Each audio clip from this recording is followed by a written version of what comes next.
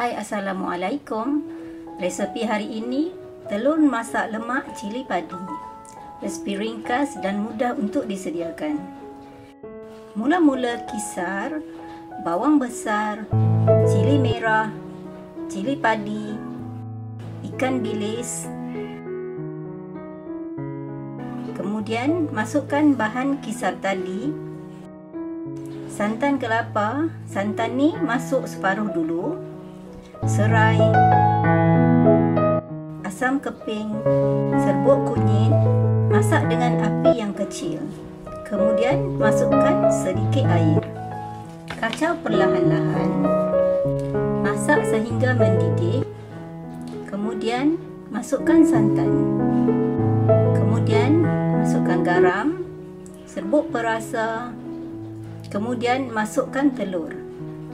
Bila telur dah hampir masak, masukkan hirisan daun kunyit. Telur masak lemak cili padi dah pun masak, bolehlah dihidangkan.